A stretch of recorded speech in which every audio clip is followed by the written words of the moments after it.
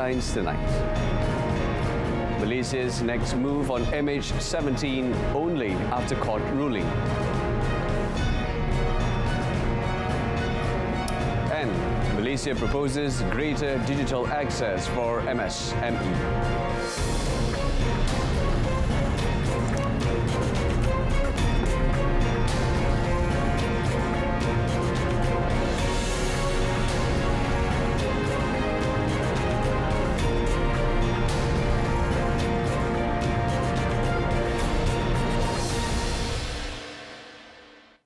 Any follow-up action by Malaysia regarding the downing of Malaysia Airlines flight MH17 will be made only after the court in the Netherlands delivers the verdict on the case on 17 November. Prime Minister Datuk Seri Semasa, during a meeting with his counterpart from the Netherlands, Mark Rutte, voiced Malaysia's stance of wanting to be fair to all parties associated with the issue. Kes ini telah pun berada di peringkat mahkamah dan keputusan daripada mahkamah akan dikeluarkan pada bulan November ini dan kita akan sama-samalah menunggu keputusan tersebut dan apa-apa tindakan yang seterusnya akan kita buat selepas mahkamah membuat keputusan. Kerana MH17 ini melibatkan Belanda, dan kita faham melibatkan ramai rakyat Belanda dan ia juga melibatkan Malaysia. Both leaders who are currently in New York to participate in the 77th session of the United Nations General Assembly, UNGA, met at the UN headquarters. The District Court of The Hague will deliver the verdict of the case on 17 November, involving 4 people who face 298 charges of murder for their role in shutting down a passenger plane travelling from Amsterdam to Kuala Lumpur on 17 July 2014. During the meeting, Datuk Seri Masabri and his Dutch counterpart also touched on international security issue, global inflation and the ongoing conflict in Ukraine. The Premier added that Malaysia and the Netherlands agreed to boost their ties, including trade and tactical assistance to deal with the flood issue in Malaysia. Malaysia has proposed to the United Nations UN to open a regional office of the UN Human Settlements Programme, UN Habitat, in this country in order to accelerate the achievement of sustainable urbanization goals. The proposal was delivered by Datuk Seri Ismail Sabri himself to UN Secretary-General Antonio Guterres during the meeting at the UN headquarters in New York. According to the Premier, considering that the program will be focusing on urbanization process, an office to represent the world body should be established at one of the ASEAN's major developing city. He added if UN accepted the proposal, Malaysia will become the hub of UN Habitat program in the Southeast Asia region.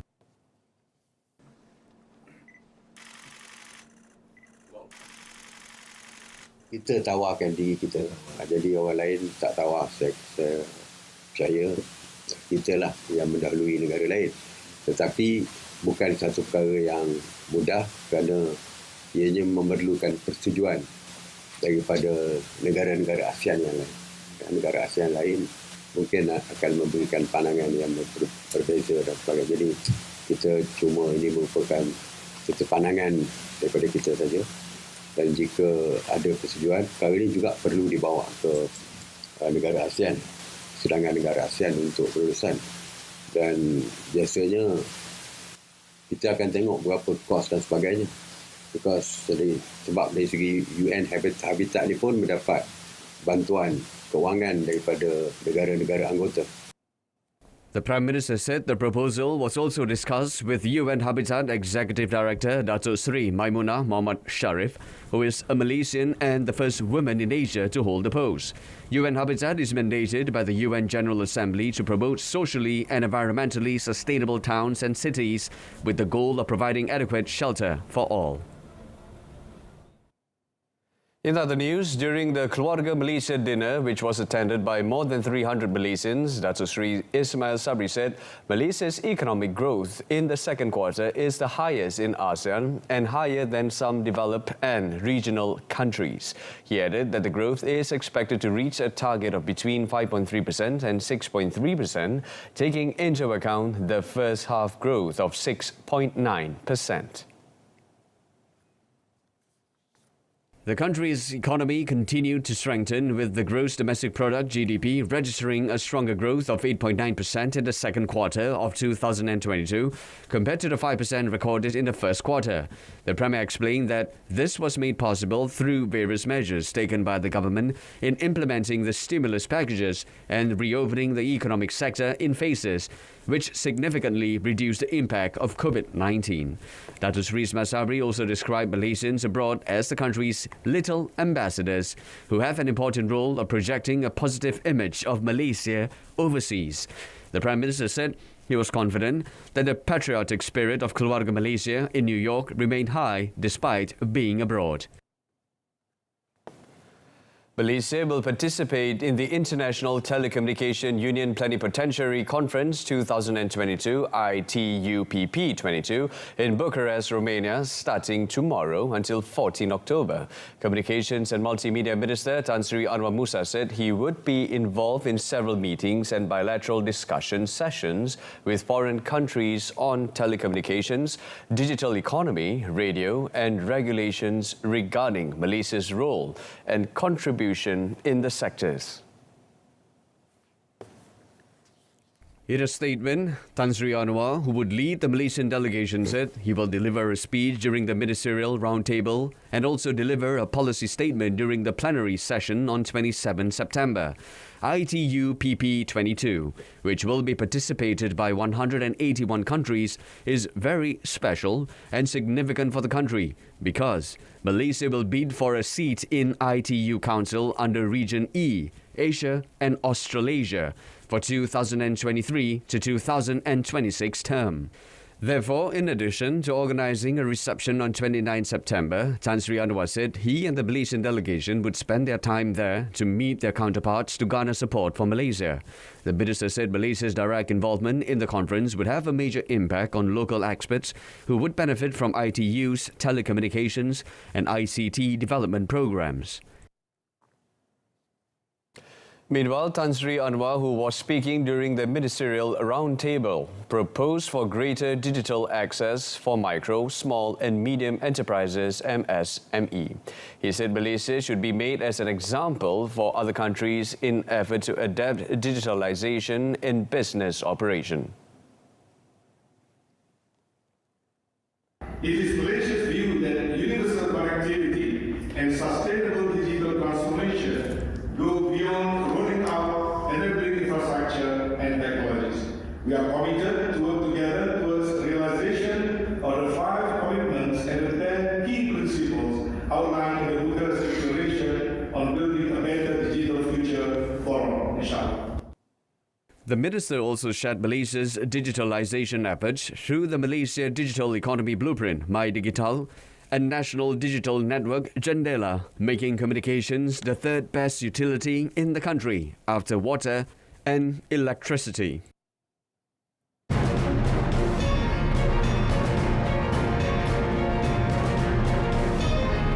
And still ahead, employers urge to hire workers from more than one country. Stay with us. But first, the tabling of Budget 2023 early next month will be focusing on the continuity of country's economic recovery efforts in the post-COVID-19 pandemic era. Minister in the Prime Minister's Department for Economy, Datuk Seri Mustafa Muhammad, said the budget is a short-term economic plan that requires transformation. kita tumpukan perhatian bagaimana untuk memastikan inflasi terkawal, bagaimana nak pastikan peluang pekerjaan terus diwujudkan, bagaimana nak pastikan bahawa IKS perusahaan kecil dan sederhana dapat terus dibantu. Ini menjadi tumpuan utama kerajaan. InsyaAllah kita akan terus beri tumpuan.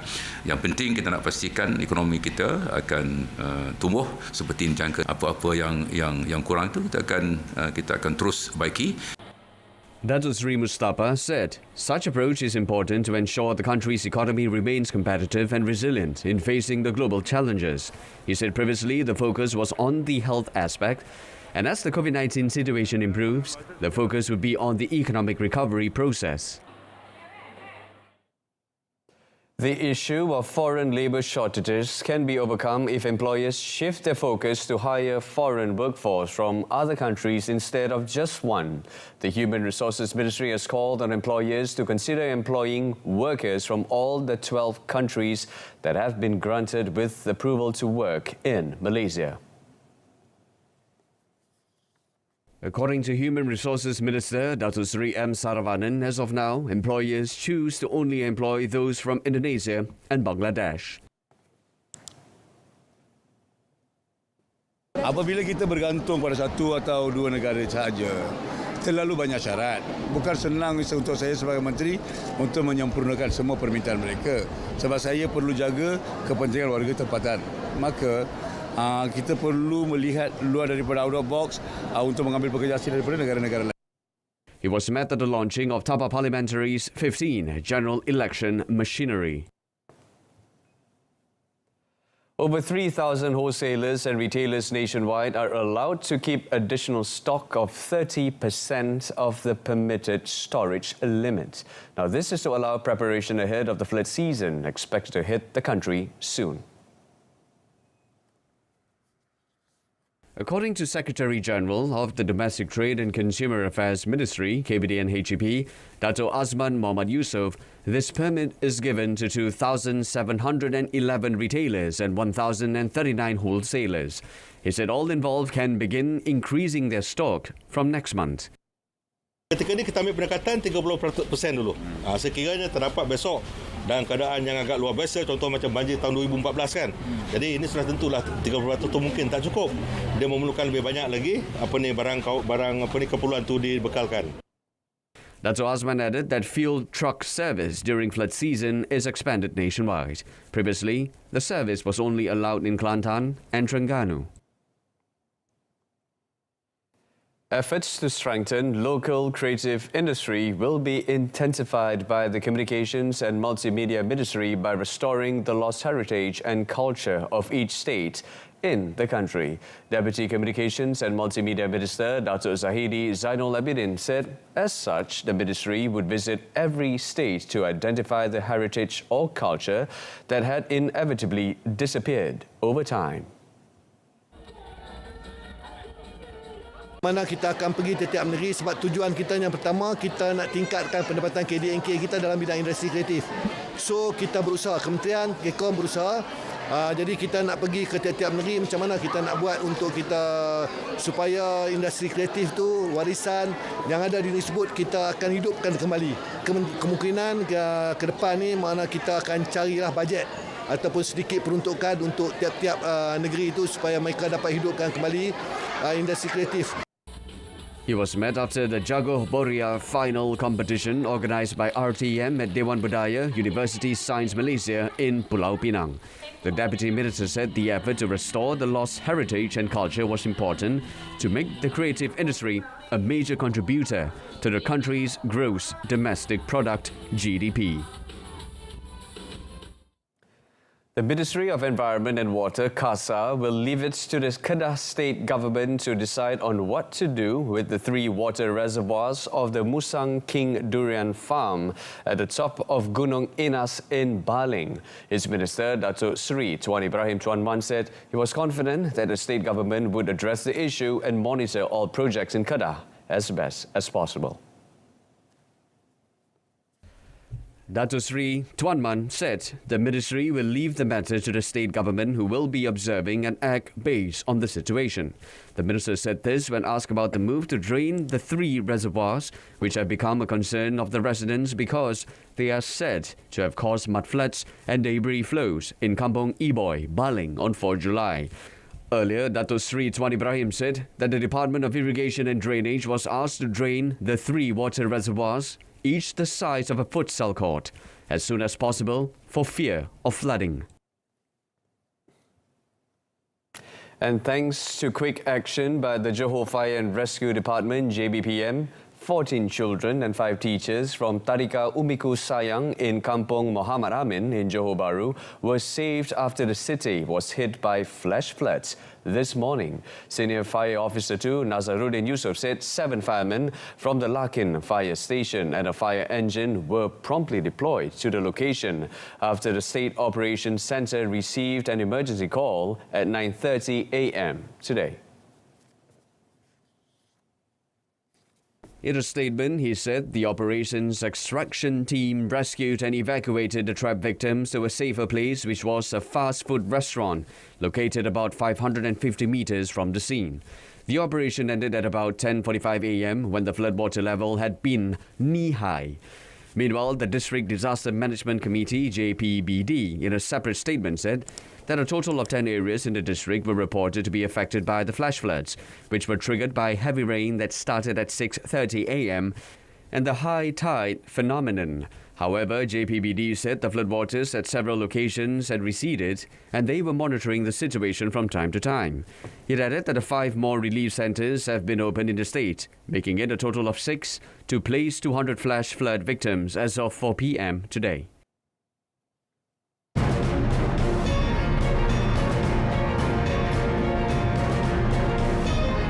Coming up next in our phone segment, Super Typhoon Noru slams into the Philippines.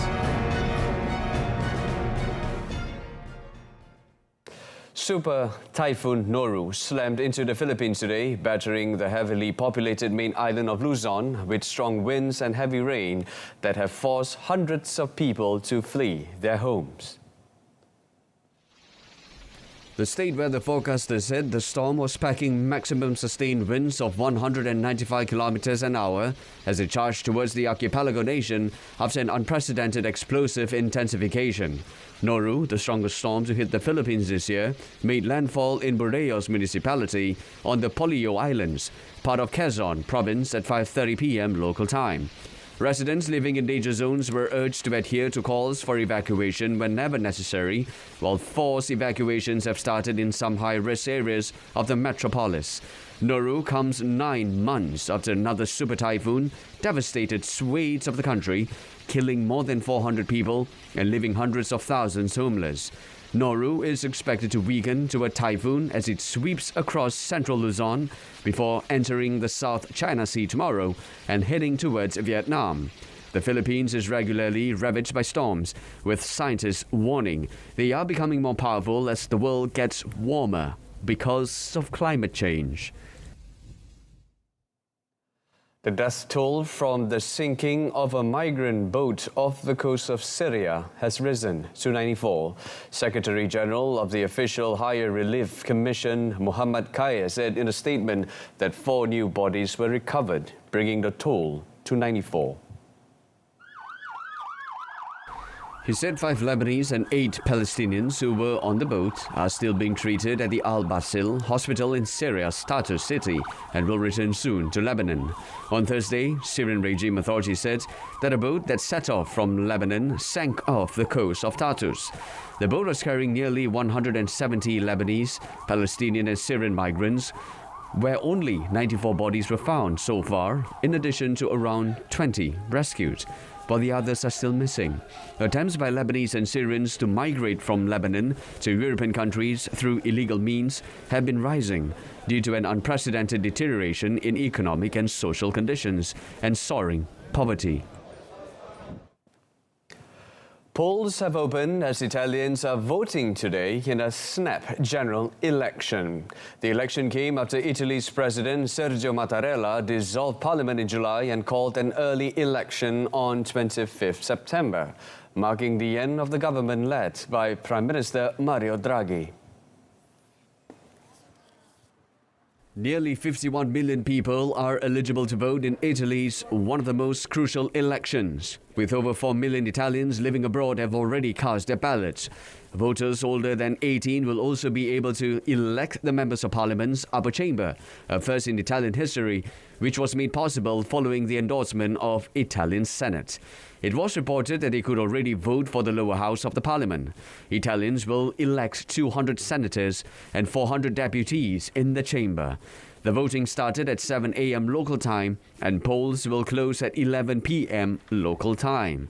According to the latest polls, a right-wing coalition is likely to lead Italy, as Brothers of Italy, led by far-right Giorgia Meloni, could win the race by garnering most of the votes.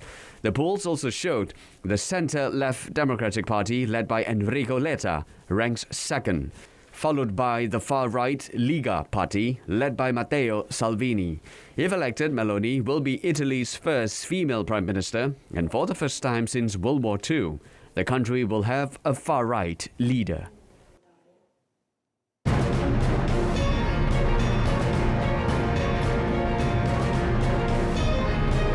And in sports, Penang beat KL City at home. Stay with us.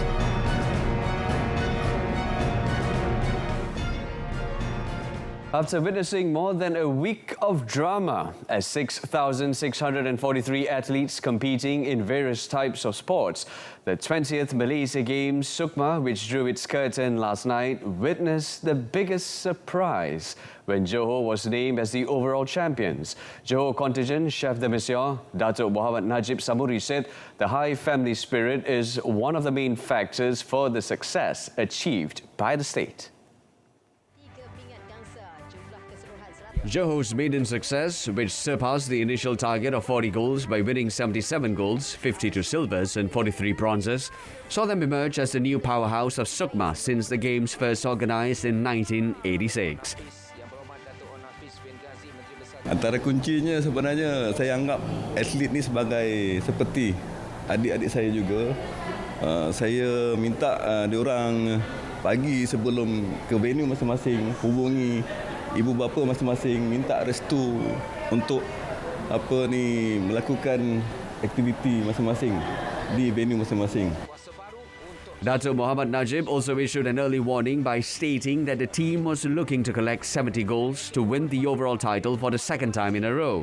Despite being postponed for 4 years following the COVID-19 pandemic, the overall performance of the athletes who participated in 31 types of sports has been very encouraging, when a total of 21 national records were successfully broken. Meanwhile, two Johor athletes, rower Muhammad Fakhrullah, Muhammad Rumaizi, 21, and 16-year-old swimmer Tan Rojin have also been crowned the best Sukma male and female athletes.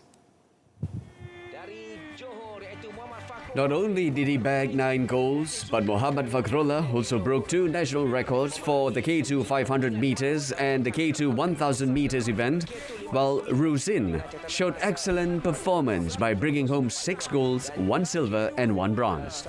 Muhammad Fakhrullah said he did not expect that he will be chosen as the best Sukma male athlete. First time bagi saya dapat anugerah yang sangat ingin dimiliki oleh semua atlet semua. Memang saya tak expect lah yang saya akan memenangi anugerah ni, dan saya juga tak expect kemenangan bagi diri saya untuk 9 pingat itu dan juga 2 rekod kebangsaan tersebut. Saya hanya fokus untuk membuat yang terbaik lah di setiap acara tersebut. As for Rujin, she said the Best Sukma Female Athlete Award was a result of cooperation and support of all parties. I want to thank to my coach, my team, my teammates, my friends, my family, and Iskandar Investment Berhad IIB and Paragon Globe Berhad for always supporting me and put a lot of effort on me. Yeah, and I take this for them. Moving on to football, Penang FC beat Kuala Lumpur KL City FC 1-0 in the Super League action at the Georgetown City Stadium in Pulau Pinang last night. The City boys had several chances to score earlier on in the game, but poor finishing and some good goalkeeping from Katul Anwar Jalil kept the game goalless going into the break. Penang finally broke the deadlock in the 79th minute through import striker Lucas Silva, who headed in a fine cross from Muhammad Rafiuddin Rodin. Lucas Silva then almost doubled the lead for Dato' Zainal Abidin Hassan's side, but the goalkeeper parried the ball well to keep the scoreline intact until the final whistle. Dato' Zainal Abidin said the victory at home to KL City is believed to be able to ignite new spirits among the players as well as the supporters.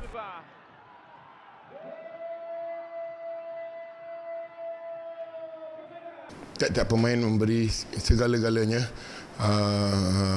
Walaupun kita membuat taktikal yang terbaik, tetapi yang penting adalah hati mereka mencurahkan segala-galanya. Saya amat gembira dan bangga atas tiap-tiap pemain. Meanwhile, KL City coach Boyan Hodak was not satisfied with the performance shown by his players. To be honest, not only strikers, there is lots of players that today didn't turn up for a match. And I said before that Penang have good players. They didn't have injuries. Today they have full squad, and when they have this, they fight. So at the end, they deserve this win. In motorsports, Australia's Jack Miller powered to an emphatic victory at Motegi today in the first Japanese MotoGP since 2019, on a day to forget for the title contenders.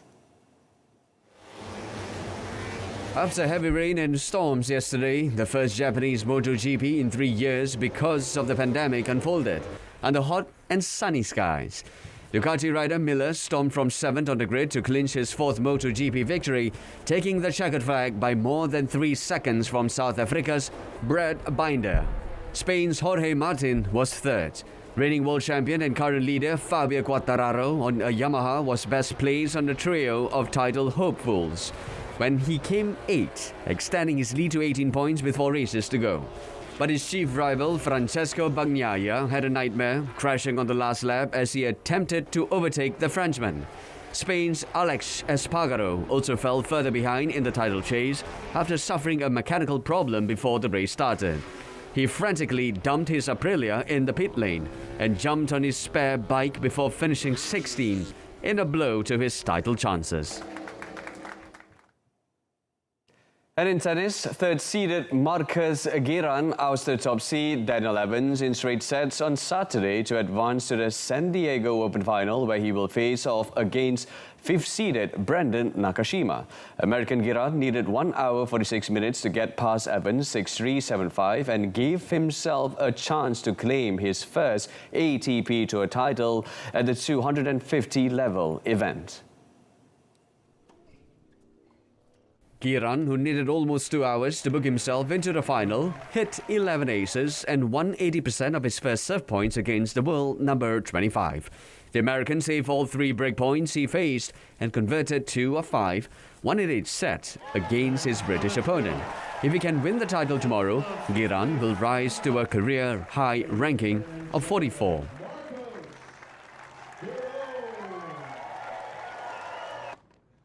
Nakashima, meanwhile, who calls San Diego home, needed slightly longer at 1 hour, 51 minutes to dispense with Aussie Christopher O'Connell, 6-4, 7-6, and give himself a shot at his first ATP Tour level trophy in tomorrow's final.